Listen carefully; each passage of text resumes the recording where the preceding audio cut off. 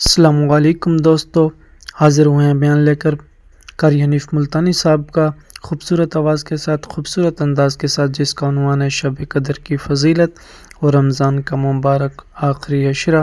بہت خوبصورت زبردست بیان ہے۔ بیان کو شروع سے اینڈ تک ضرور سنیے، لائک کیجیے، ہمارے چینل صدائے بیان کو سبسکرائب کیجیے۔ تو آپ کو لے چلتے ہیں اس بیان کی جانب۔ تنزل الملائکۃ والروح فیہا بإذن ربہم من کل امر سلام۔ شب قدر والی رات میں آسمان سے فرشتوں کی قطار اترتی ہے، لگاتار فرشتے اترتے ہیں، جبریل امین تشریف لاتے ہیں۔ حکم ہوتا جبریل جاؤ مقبول ترین فرشتوں کو لے جاؤ، اس رات میں جو ہاتھ دعا کے لیے اٹھے ہوئے ہوں ان ہاتھوں سے جا کر مصافحہ کرو۔ فرشتے تلاش کرتے ہیں دعا کرنے والے ہاتھ کہاں ملتے ہیں۔ تنزل الملائکۃ والروح، فرشتے اترتے ہیں، جبریل امین تشریف لاتے ہیں۔ بعض علماء کا قول ہے فرشتوں کی ایک جماعت آتی ہے، بعض علماء نے لکھا سیدنا عیسیٰ علیہ السلام اترتے ہیں، جاؤ امت محمد الرسول اللہ صلی اللہ علیہ وسلم کے اعمال دیکھ کے آؤ۔ حدیث پاک میں آتا اللہ پاک نے فرشتوں کو شب قدر کی رات میں پیدا فرمایا۔ اللہ پاک نے آدم علیہ السلام کی تخلیق کا مادہ اسی رات میں جمع فرمایا۔ اللہ پاک نے لیلۃ القدر والی رات میں جنت کو پیدا فرمایا، جنت کو آراستہ فرمایا۔ لیلۃ القدر والی رات میں اللہ پاک نے جنت میں درخت لگائے۔ سیدنا عیسیٰ علیہ السلام کو آسمانوں پہ اسی رات میں اٹھایا گیا۔ اور لوگوں زندگی میں وہ راتیں پھر آ پہنچی، آؤ مانگو جس نے مانگنا ہے، کہیں ایسا نہ ہو سر بسجود مگر عزم میں پختگی نہیں، اور قائل بندگی تو ہوں قابل بندگی نہیں۔ میں تو ہر وقت سجدہ ریزی کرتا ہوں، پر کیا معلوم تیرے یہاں قبول بھی ہے کہ نہیں۔ شرف قبولیت عطا فرمائے، یہ اس کی کریمی کے سہارا اور کریمی کے صدقے پہ منحصر ہے، کوئی زبردستی نہیں کر سکتا۔ بات ہے دل میں خوف بسانے کی۔ آخر وہ لوگ بھی تو اس دنیا میں گزر کر کے چلے گئے جنہوں نے ساری رات متھا مارا، ساری رات شب بیداری کی، ساری رات میں ایک منٹ بھی سو کے نہیں دیکھا۔ انہی لوگوں کے بارے میں قرآن کہتا ہے امن هو قانت آناء اللیل ساجدا وقائما یحذر الآخرۃ ویرجو رحمت ربی۔ فرمایا کمال ہے سر تیرا سجدے میں ہو، آسمان سے آواز آئے اور سجدہ کرنے والے مانگ کیا مانگتا ہے، لطف آ جائے، مزہ آ جاتا ہے، ایسا سجدہ کر جیسا سجدہ محمد مدنی صلی اللہ علیہ وسلم نے کیا۔ رو رو کے ساری رات سجدے میں گزار دی، بیت گئی رات۔ اور اسی لیے کہتا ہے کہ ہر آدمی پچھلی رات کی عبادت کو بڑا خاص دخل ہے۔ آدمی کی زبان ہو، خدا کا قرآن ہو، دل میں اللہ میاں کا دیا ہوا سوز و گداز ہو، خدا کی قسم تلاوت کرے، یوں معلوم ہوتا ہے کہ آسمانوں کے اوپر اڑ رہا۔ بات ہے دل میں خوف بسانے کی۔ یہ دن پھر شاید کس کو آئیں گے، آؤ اپنے گناہوں کی معافی مانگو۔ 11 مہینے جو گناہوں کے پہاڑ لگا دیے، دریا بہا دیے، زمین و آسمان کا خلا پر کر دیا، آج آنسو بہا کر اللہ کے حضور میں معافی مانگنے کا وقت آ گیا۔ ہم اپنی غلطی ماننے کو تیار نہیں۔ اگر کسی کو یوں کہہ دیں آپ کے روزہ نہیں رکھا، وہ بدماش آگے سے اکڑتا ہے، بکواس کرتا ہے. اسلام میں حکومت ہو, بکنے والے کا قتل کرنے کا حکم ہے, بادشاہ قتل کریں, کہ وہ شاعر اسلام کو بھونکتا کیوں ہے؟ مگر آپ گریز کریں, ایسے آدمی سے بات نہ کریں جو دین کی پرواہ نہ کرتا ہو. نام کے مسلمان بنے پھرتے ہو, کام کے مسلمان قبروں میں چلے گئے. آج تمہیں محمد مصطفیٰ صلی اللہ علیہ وسلم کی شکل سے پیار نہیں, صورت سے انس نہیں, فلمی ایکٹروں فلمی ایکٹریسوں کی صورتوں کو تلاش کرتے ہو, بال ان کے ساتھ ملاتے ہو, شکل ملاتے ہو, کپڑے ملاتے ہو. تم نے کبھی یہ بھی سوچا کہ قیامت کے دن میں شہنشاہ کائنات کے دربار میں یہ منہ لے کر کیسے جاؤں گا؟ کیسے جاؤں؟ صحابہ کرام رضوان اللہ تعالی علیہ مجمعین میں سے جس سے غلطی ہوئی فوراً رجوع کیا. ماعز سلمی رضی اللہ تعالیٰ عنہ صحابی ہے, گناہ ہو گیا, زنا ہو گیا, خطا کر بیٹھا, کسی نے دیکھا نہیں, کسی نے پکڑا نہیں, کسی نے غیبت نہیں کی, شکایت نہیں ہوئی, گرفتاری کے وارنٹ نہیں آئے, گورنمنٹ محمد مصطفیٰ صلی اللہ علیہ وسلم کی پکڑ کر نہیں لے گئی. دربار رسالت میں حاضر ہوا, عرض کرنے لگا یا رسول اللہ میرے ماں باپ قربان ہو جائے, انی قد ہلکت, میں ہلاک ہو گیا, میں مارا گیا, میں گناہ کر بیٹھا. محمد مدنی صلی اللہ علیہ وسلم نے اس کی طرف سے رخ پھیر لیا.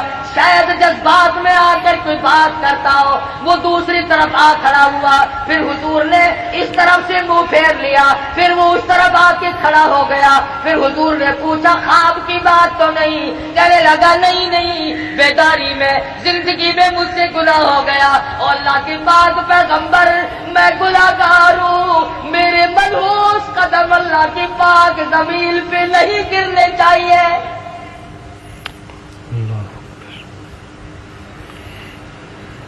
دربار رسالت میں کھڑا ہو کر اقرار کرتا ہے, اعتراف کرتا ہے اور کہتا ہے میں گناہگار ہوں, میں گناہ کر بیٹھا. یہ میری نگاہ اس جہان پہ نہیں پڑنی چاہیے, یہ میرے پیر اس زمین پہ نہیں پڑنے چاہیے, اس میرے پیٹ کو کوئی حق نہیں اس دنیا میں رہ کر کے غذا کھائے. صحابی رو رہا ہے.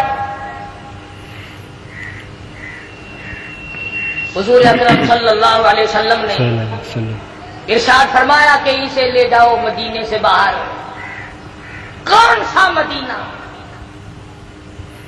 خدا کی قسم, جہاں کی ہوا نرالی ہے, جہاں کی شان نرالی ہے, عظمتیں نرالی ہیں, کیا کہنا اس مدینہ کا جہاں آقا دو عالم کا بسیرا ہو صلی اللہ علیہ وسلم. وہاں کی ہر چیز نرالی, عظمتوں سے بھرپور, جہاں پر آج تک اس گئے گزرے دور میں, اس گئے گزرے وقت میں اب تک یہ حالات ہے. مولانا قاضی احسان احمد شجاع آبادی صاحب رحمۃ اللہ علیہ فرماتے تھے کہ ہم نے بیٹھ کر کے کھانا کھایا, ہم نے ہڈی چوس کے پھینکی تو ایک بدو کے چھوٹے سے بچے نے اٹھا کر چوسنی شروع کر دی. ہمیں ترس آیا, ہم نے پاس بٹھایا, کھانا کھلایا, اور بعد میں ہم نے کہا بیٹا ہمارے ساتھ پاکستان چلو, ہم تجھے روٹی بھی کھلائیں گے, کپڑا بھی پہنائیں گے, شادی بھی کریں گے, مکان بھی دیں گے. اس بچے نے کہا سب کچھ دو گے؟ کہ ہاں. کہ تمہارے یہاں سب کچھ ملتا ہے؟ کہ ہاں. معصوم بچہ کہتا ہے قائد صاحب کی طرف اشارہ کر کے کہ اچھا سب کچھ ملے گا؟ کہ ہاں سب کچھ ملے گا. کیا تمہارے ملک میں یہ گنبد خضرا بھی ہے؟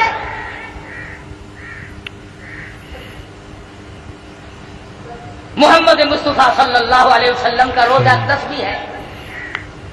قاضی صاحب مرحوم کی چیخ نکل گئی, فرمایا بیٹا اور سب کچھ ہے یہ نہیں.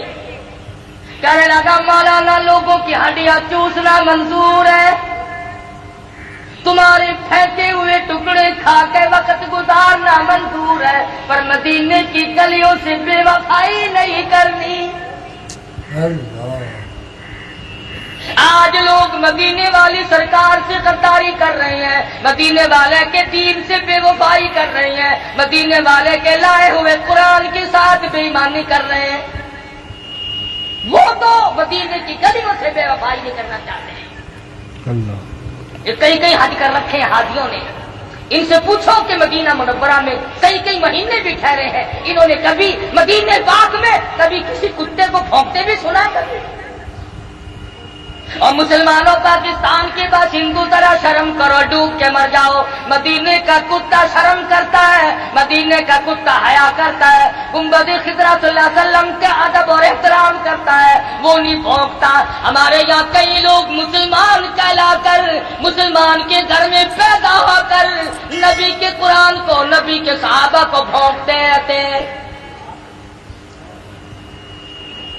کتنے لوگ ہیں جو امام الانبیاء محبوب کبریا حضرت محمد مصطفیٰ صلی اللہ تعالی علیہ وسلم کی اہلیہ محترمہ، ہم سب مومنوں کی اماں سیدہ عائشہ صدیقہ کو بھونکتے رہتے ہیں۔ اللہ، کون ایسا صدیقہ جس کے صدقے میں تجھے تیمم ملا، جس کے صدقے میں تجھے پاک دامنی ملی؟ پاک دامنی ارشاد فرمایا مدنی کریم صلی اللہ علیہ وسلم نے، ایسا صدیقہ نہ ہوتی تو دین ناقص رہ جاتا، ادھورا رہ جاتا۔ اور تو اور جو لوگ ان باتوں کو اٹھاتے ہیں، آؤ تھوڑا سا اشارہ کر دوں، سیدہ عائشہ صدیقہ اور سیدہ فاطمہ الزہرا رضی اللہ تعالی عنہما، ماں بیٹی دونوں ایک جگہ بیٹھی ہوئی ہیں۔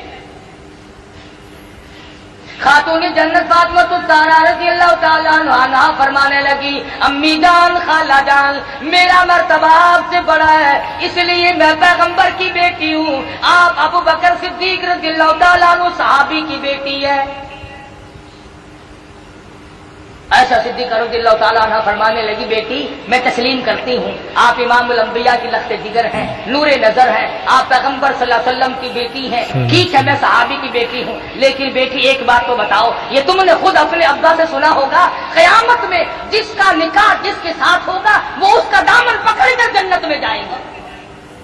جنت میں فاطمہ الزہرا نے تسلیم کر لیا اور کہنے لگی، میں نے اپنے ابا سے یہ بات سنی ہے۔ پھر عائشہ صدیقہ رضی اللہ تعالیٰ عنہ فرماتی ہیں، اے میری بیٹی، اے فاطمہ، پھر یاد رکھو ٹھیک ہے تم پیغمبر کی بیٹی ہو، میں صحابی کی بیٹی ہوں، لیکن یاد رکھو جب جنت میں داخلے کا وقت آئے گا تو حضرت علی صحابی کی انگلی پکڑ کے جائے گی، جنت میں میں امام الانبیاء کا دامن پکڑ جنت میں جاؤں گی۔ سبحان اللہ، دامن پکڑ میں نبی کے ساتھ جاؤں گی تو صحابی کے ساتھ جائیں گی۔ تو صحابی کا خوف عرض کر رہا تھا، آج ہمیں اپنے رشتہ داروں کی موت پہ رونا آ جائے گا، درد کرم میں غم میں رونا آ جائے گا، لیکن اپنی روح سیاہی پہ، اپنی بدعمالی پہ کبھی رونا آج تک نہیں آیا۔ اکیلا بیٹھ کے کبھی رویا کر، کبھی آنکھوں سے پانی بہایا کر جو جہنم کی آگ کو بجھاتی ہے۔ صحابی کہتا ہے، یا رسول اللہ، میرے یہ ملوث قدم اس زمین پہ نہیں پڑنے چاہیے، مجھے سنسار کرو۔ حضور صلی اللہ علیہ وسلم نے حکم دے دیا، صحابی کو مدینہ منورہ سے باہر لے گئے، پتھر مارنے جب شروع کیے تو خون نکل کر ایک دوسرے صحابی کے کپڑوں پہ پڑا، اس کی زبان سے کوئی گستاخی کا کلمہ نکل گیا، حضور اکرم صلی اللہ علیہ وسلم تک پہنچا۔ آپ نے فرمایا، خبردار ماعز سلمی کو کچھ نہ کہو، آج اس نے وہ توبہ کی ہے، وہ کسی نے دیکھا نہیں، کسی نے پکڑا نہیں، کسی نے قانون نہیں لگایا، کسی نے شکایت نہیں کی، اللہ کے خوف سے ڈر کر، اللہ کے عذاب سے ڈر کر خدا کر اقرار کیا، توبہ کی۔ اور لوگوں، ماعز سلمی نے آج وہ توبہ کی ہے، مدینے کی 12,000 کی آبادی پہ جنت واجب ہو گئی۔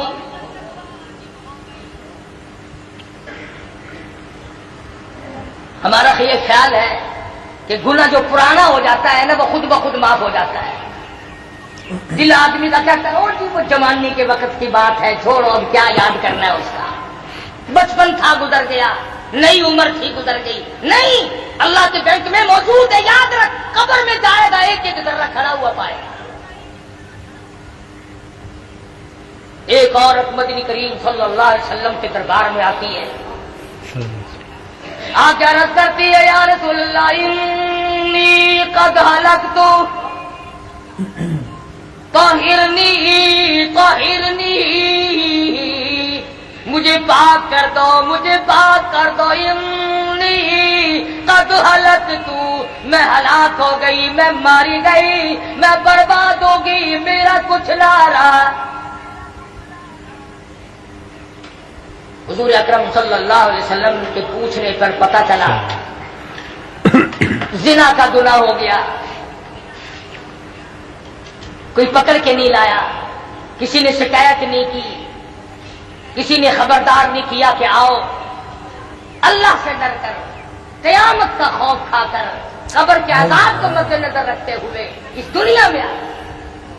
اس کے سامنے یہ آیت موجود تھی وَامْتَازُوا الْيَوْمَ أَيُّهَا الْمُجْرِمُونَ، اور مجرموں میرے نیک بندوں سے الگ ہو جاؤ، لِيَمِيزَ اللَّهُ الْخَبِيثَ مِنَ الطَّيِّبِ،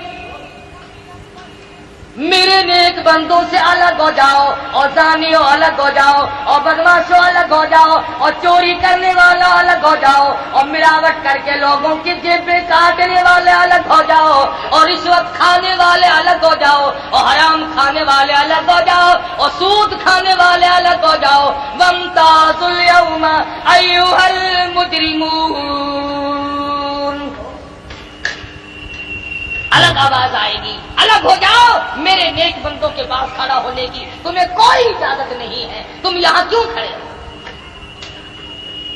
اور ایک اور بات آپ کو سمجھا دوں، اس وقت کا کیا کہنا جب پوتا دادا کے کھڑے کھلتے ہوئے عیب دیکھے گا، اس وقت کیا بنے گی جب دادی کا دفتر کھل رہا ہوگا پوتی سامنے کھڑی ہوگی، اس وقت کیا بنے گی جب نانی کا نام اعمال کھل رہا ہوگا نواسی سامنے کھڑی ہوگی، ماں کا حال سامنے کھل رہا ہوگا بیٹی سامنے کھڑی ہوگی، اس وقت کیا حال بنے گا؟ اس لیے ان حضرات کے دلوں میں پہلے سے خدا کا خوف آیا، اللہ کا ڈر آیا، دل و دماغ میں بسایا، جانتے تھے دنیا میں جو مصیبت چاہو اٹھا لو، عذاب معاف کرا لو، توبہ کر لو، استغفار کر لو، یہ سارے کام دنیا میں ہوتے ہیں، آخرت میں جا کر کے پھر جزا اور سزا دو ہی بتاؤ۔ عورت ذات ہو کر آج عورتوں کو یہ فکر نہیں کہ میری نماز صحیح بھی ہے کہ نہیں، مجھے کلمہ بھی صحیح آتا ہے کہ ایک دوسری عورت کو کلمہ سنا کر کے نہیں دیکھتی کہ ایسا نہ ہو اگر میرا کلمہ غلط ہوا تو میرا ایمان کہاں ہوگا۔ عورتیں کلمے کی طرف توجہ نہیں دیتی، نماز کی طرف توجہ نہیں دیتی۔ تمہیں معلوم ہے مرد ہو یا عورت ہو جس نے جان بوجھ کر نمازوں میں بے پرواہی کی، قیامت کے دن خنزیر کی شکل بنا کر اٹھایا جائے گا۔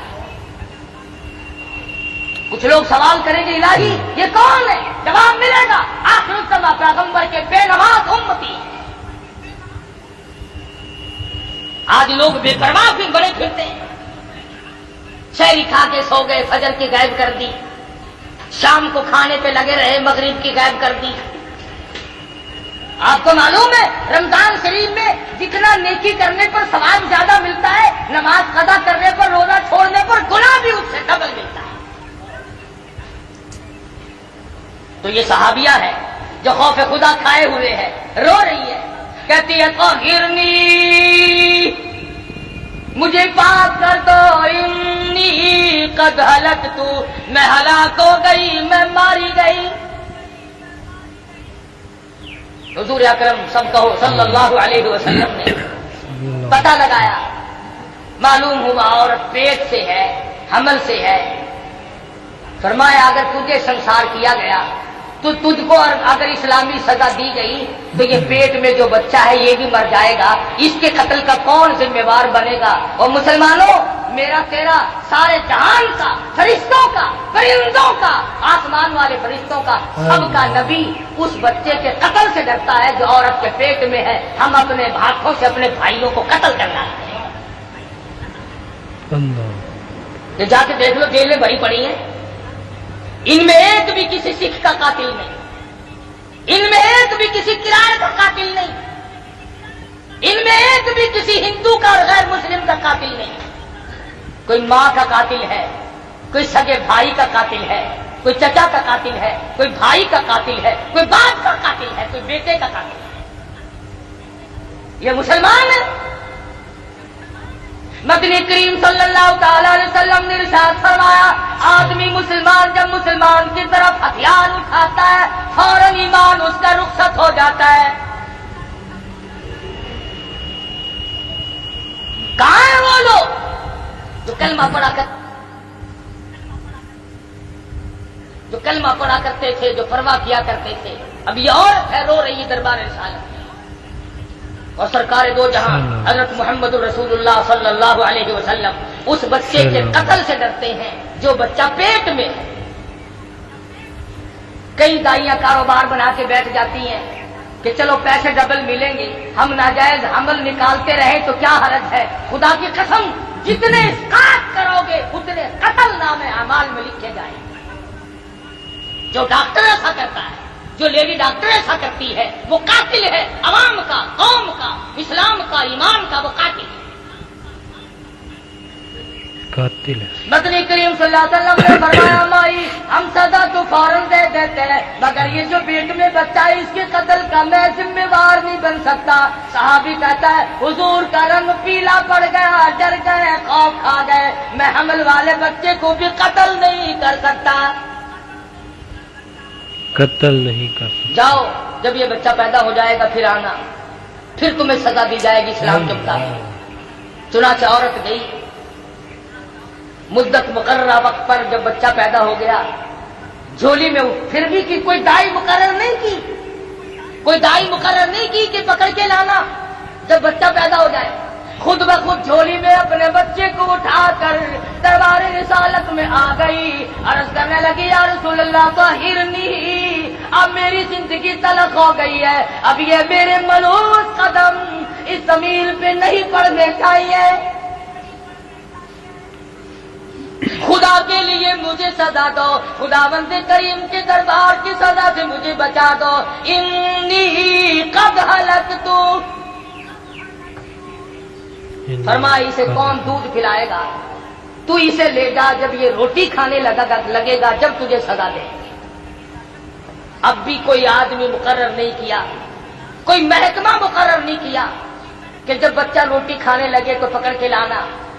6 مہینے کے بعد بچے کے ہاتھ میں روٹی کا ٹکڑا دیتی ہے، پیدل چلاتی ہے، انگلی پکڑ کر دربار رسالت حضرت محمد رسول اللہ صلی اللہ علیہ وسلم میں حاضر ہوتی ہے اور کہتی یا رسول اللہ آج واپس نہیں جاؤ. اب مجھے اپنی زندگی اچھی نہیں لگتی. گناہگار آدمی کے قدم اس زمین پہ نہیں پڑنے چاہیے. سیاکاروں، گناہگاروں، مجھ پر اسلام کی حد جاری کرو، مجھ پر اسلام کا قانون نافذ کرو. یہ بچہ دیکھ لو آپ کے سامنے روٹی کھانے لگ گیا ہے. حد جاری کی گئی.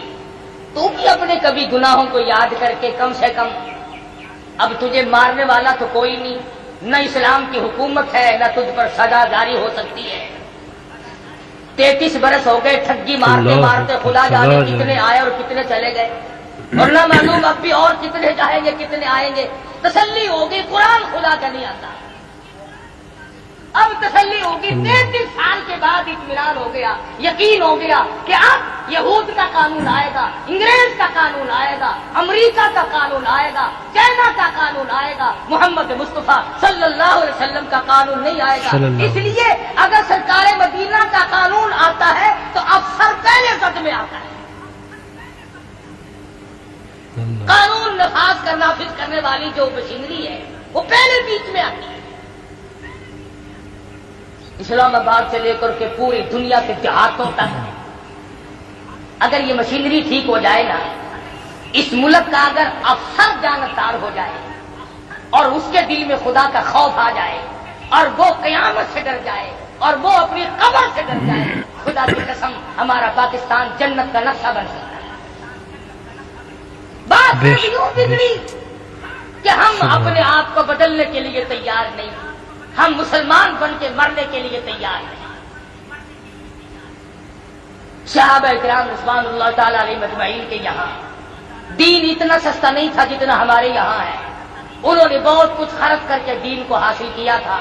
ان کا قرآن اور ایمان پر بڑا خرچ ہوا تھا. ان کی زندگیاں گزری. صحابہ کرام مرد تو مرد رہے، عورتوں نے کمال کر دیا. رمضان کے روزے رکھتی تھی، محنت مزدوری بھی کرتی تھی.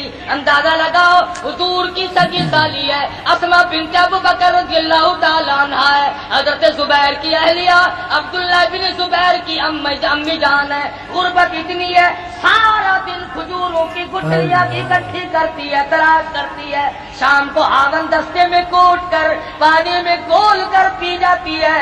رات کو مصلی پہ کھڑی ہو کر ساری رات خدا کا قرآن پڑھتی ہے. سبحان اللہ. کہاں ہے آج ایسے؟ خدا کا قرآن.